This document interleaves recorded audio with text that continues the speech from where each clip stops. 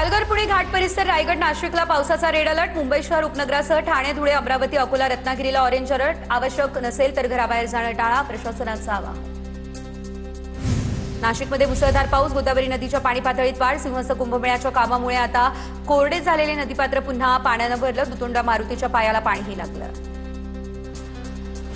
नाशिकच्या गोदावरी नदीच्या पाणी पातळीमध्ये वाढ। गोदावरी नदीपात्र आणि रामकुंड परिसरात महानगरपालिकेच्या सुरक्षा रक्षकांसह पोलीस बंदोबस्त तैनात करण्यात आला। नदीपात्र परिसरात उतरण्यास पोलिसांकडून आता नागरिकांना मनाई केली जाते। मध्यरात्रीपासून नाशिक शहर आणि त्र्यंबकेश्वरच्या परिसरामध्ये पावसाची संततधार हजेरी। हवामान विभागाचा त्र्यंबकेश्वर आणि नाशिक परिसरासाठी ढगफुटी सदृश्य पावसाचा इशारा। हवामान खात्याच्या इशाऱ्याच्या पार्श्वभूमीवर काही धरणांमधून नियंत्रित पाणी विसर्ग सुरू। मंत्री गिरीश महाजन यांनी त्र्यंबकेश्वर परिसरातील विविध भागांची पाहणी करत परिस्थितीचा आढावा घेतलाय। आज त्र्यंबकेश्वर आणि नाशिक परिसरामध्ये ढगफुटी सदृश्य मुसळधार पावसाचा इशारा देण्यात आलेला आहे। परिसरातील मेंढघर किल्ल्यावरील वाडीतील नागरिकांचं सुरक्षित ठिकाणी स्थलांतरण सुरू आहे। नाशिकच्या मालेगावमध्ये गिरणा नदी दुथडी भरून वाहतीये। चणकापूर धरण परिसरातील पावसामुळे नदीला पूर आलेला आहे। नदीकाठच्या गावांना सतर्कतेचा इशारा देण्यात आला। मालेगाव शहरात अद्यापही जोरदार पावसाची प्रतीक्षा कायम आहे। मुंबई, नवी मुंबई, रायगड, नाशिक, पुणे, ठाणे, पालघर, रत्नागिरी या ठिकाणच्या शाळा आणि महाविद्यालयांना आज सुट्टी। रेड अलर्टच्या पार्श्वभूमीवरती प्रशासनाचा निर्णय, तर मुसळधार ते अतिमुसळधार पावसाचा हा अंदाज। मुख्यमंत्री देवेंद्र फडणवीस यांच्याकडून आता आपत्ती व्यवस्थापन विभागात आढावा घेण्यात आला। मुंबईसह कोकण, पुणे घाटमाथ्यावरील पावसाच्या स्थितीची माहिती मुख्यमंत्र्यांनी जाणून घेतली। एनडीआरएफ आणि एसडीआरएफची पथकं तैनात आहे। 8 जुलैपर्यंत राज्यात पावसाचा अलर्ट आहे। कनेक्टिंग लिंक पूर्ववत ढिगारा हटवल्यानंतर वाहतूक सुरू, तर काल कनेक्टिंग लिंकवरती दरड कोसळली, त्यानंतर वाहतूक बंद होती। मात्र पाण्याचा प्रवाह अद्यापही सुरू आहे। सांगलीहून मुंबईला येत असताना कनेक्टिंग लिंकवरती दरड कोसळली। काही वेळातच मोठी वाहतूक कोंडी या ठिकाणी झाली। आपत्कालीन बटन दाबताच मात्र मदतीसाठी टोईंग व्हॅन आली। प्रत्यक्षदर्शींनी बोगद्यातला थरार सांगितला। मुसळधार पावसामुळे सत्ताधाऱ्यांच्या दाव्यांची पोलखोल होतीये। हे कसं इन्फ्रामॅन? सामना अग्रलेखातून मुख्यमंत्री फडणवीस यांच्यावरती निशाणा साधण्यात आला। मिसिंग लिंकवरील दुर्घटनेचा अर्थ काय घ्यायचा? सामन्यातून हा सवाल उपस्थित करण्यात आलेला आहे। मिसिंग लिंकवरती दरड कोसळली, त्याला नेहरूच जबाबदार। मनसे नेते संदीप देशपांडे यांचा कनेक्टिंग लिंकच्या दुरावस्थेवरून महायुती सरकारला खोचकटोला। ज्यांना सरकारवर टीका करायची आहे त्यांनी पाकिस्तानला निघून जावं, देशपांडेंचा टोला। पश्चिम रेल्वेवर विरारपर्यंत लोकल सेवा सुरू। विरारपर्यंत लोकल सेवा सुरू, मात्र लोकल उशिरा। नालासोपारा या ठिकाणी स्थानकामध्ये ट्रॅकवरती अद्यापही पाणी साचलेलंच।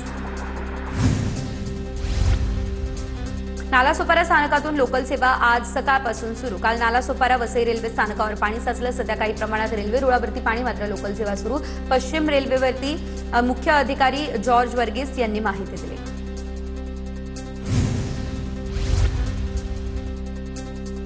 वसईच्या मधुबन परिसरामध्ये पाऊस कमी झालाय, मात्र असं असलं तरी अजूनही पाण्याचा निचरा झालेला नाहीये। रस्ते आणि रेल्वे वाहतूक मात्र सुरळीत सुरू आहे। हवामान विभागाकडून आज रेड अलर्ट जारी करण्यात आलेला आहे। वसईमधील वसंत नगरी गेटपासून एव्हरशाईन गेटमधील लिंक रोड अजूनही पाण्याखाली आहे। नागरिकांना कमरेभर पाण्यातून मार्ग काढत प्रवास करावा लागतोय। पावसाने उसंत घेतली आहे, तरी मात्र अजूनही मोठ्या प्रमाणात पाणी साचले।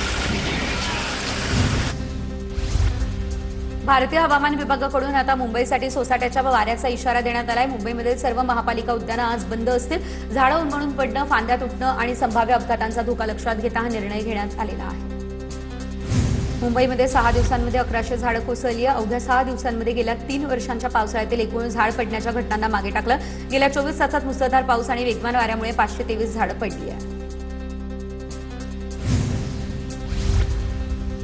मुंबईमध्ये गेल्या 5 दिवसात जुलैच्या सरासरीपेक्षा अधिक पाऊस पडतोय। जुलै महिन्यामध्ये पडणाऱ्या पावसाच्या सरासरीहून अधिक पाऊस अवघ्या 5 दिवसांमध्ये पडलाय।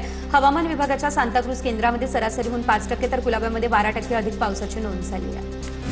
उपमुख्यमंत्री सुनेत्रा पवारांचा भोरवेल्हे मुळशीचे आमदार शंकर मांडेकरांना फोन। मांडेकरांकडून पावसाची आणि पूरस्थितीची माहिती घेतली। आपत्कालीन यंत्रणा सज्ज ठेवण्याच्या सूचना करण्यात आल्या। चंद्रपूर महापालिकेतील काँग्रेस गटनेतेपदाचा वाद पुन्हा नागपूरच्या विभागीय आयुक्तांकडे। उच्च न्यायालयाच्या नागपूर खंडपीठानं याचिका निकाली काढत प्रकरण नव्यानं सुनावणीसाठी पाठवलं। 9 जुलै रोजी वडेट्टीवार आणि धानोरकर या दोन्ही गटांना आता बहुमत सिद्ध करण्याचे निर्देश। नागपूरच्या उमरेडचे आमदार संजय मेश्राम यांच्या विहीर गावातील फ्लॅटमध्ये चोरी चोरट्यानं फ्लॅटचं कुलूप तोडून 75,000ची रोकड आणि धनादेश चोरला। आरोपीला अटक केली। ओमराजे निंबाळकर समर्थक गोपाळा नेटकरांवरती संतापले. गोपाळा उर्फ गोपाळ फुलसुंदर TV9 मराठीवरती आमचा खासदार लोकांसाठी रक्ताचं पाणी करतो. ओमराजे निंबाळकर कुठल्याही पक्षात गेले तरी आम्ही सोबत राहू. गोपाळ फुलसुंदर यांची प्रतिक्रिया. नागपूरच्या दीक्षाभूमी स्मारक समितीमधील राजेंद्र गवई आणि विलास गजघाटे यांचं सदस्यत्व रद्द. कारणे दाखवा नोटीसला उत्तर न दिल्यानं ही कारवाई करण्यात आली. तर भंते सुरई ससाई यांची माहिती. मात्र या निर्णयाला राजेंद्र गवई यांच्याकडून विरोध. नृसिंहवाडीमध्ये चालू मोसमातील पहिला दक्षिणद्वार सोहळा संपन्न. पहाटेपासून भाविकांची दर्शनासाठी मोठी गर्दी. वाढती गर्दी लक्षात घेता आता देवस्थानातर्फे अतिरिक्त सुरक्षा रक्षकांची नियुक्ती करण्यात आली.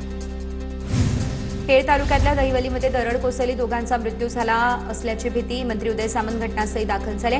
एनडीआरएफकडून बचाव कार्य सुरू. दुर्घटनेमध्ये एकाला सुखरूप बाहेर काढण्यात आलं. मातीचा ढिगारा हटवण्याचं काम सध्या युद्धपातळीवर सुरू. पालघर जिल्ह्यामध्ये गेल्या 3 दिवसांपासून सुरू असलेल्या मुसळधार पावसामुळे नदी नाल्यांना पूर आला. सूर्या नदी वगळता जिल्ह्यातील प्रमुख नद्या इशारा पातळीवरती वाहत आहे. हवामान विभागानं आज पालघरसाठी रेड अलर्ट जारी केला आहे.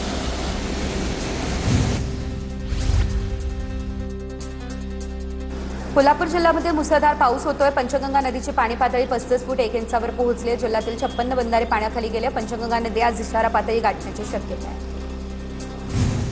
रत्नागिरीच्या परशुराम घाटामध्ये पुन्हा धोकादायक स्थिती आहे. गॅप अँड वॉलखालील माती मोठ्या प्रमाणामध्ये वाहून गेली आहे. पाण्याचा निचरा करण्यासाठी बांधलेला सिमेंट कॉन्क्रीटचा मार्ग तुटलाय. प्रशासनानं तातडीने उपाययोजना करण्याची स्थानिकांनी मागणी केलेली आहे. बुलडाणा जिल्ह्यामध्ये 2 दिवसांच्या विश्रांतीनंतर पुन्हा पावसाच्या सरी. पावसाच्या शेतीच्या कामांवरती परिणाम. पुढील 2 दिवस पावसाची शक्यता. हवामान विभागाचा हा अंदाज. अहिल्यानगर जिल्ह्यामध्ये पावसाची संततधार सुरू. तर जिल्ह्याला येलो अलर्ट जारी करण्यात आला. पावसामुळे रखडलेल्या खरीप पेरण्यांना वेग येणार. धरणांच्या पाणीसाठ्यामध्ये वाढ होण्यासही सुरुवात. धाराशिव जिल्ह्यामध्ये संततधार पाऊस सुरू. जिल्हाभर पावसानं हजेरी लावली. रखडलेल्या खरीप पेरण्यांना दिलासा मिळणार. त्यामुळे शेतकरी पुन्हा एकदा कामाला लागले असल्याचं चित्र. नाशिक जिल्ह्यामध्ये पावसाची संततधार सुरू. सलग दुसऱ्या दिवशी नांदेड मध्यमेश्वर धरणातून पाण्याचा विसर्ग सुरू. 2 वक्रकार गेटमधून 3228 क्युसेक पाण्याचा विसर्ग. धरणाच्या पाणलोट क्षेत्रातील पाणी पातळीमध्ये वाढ.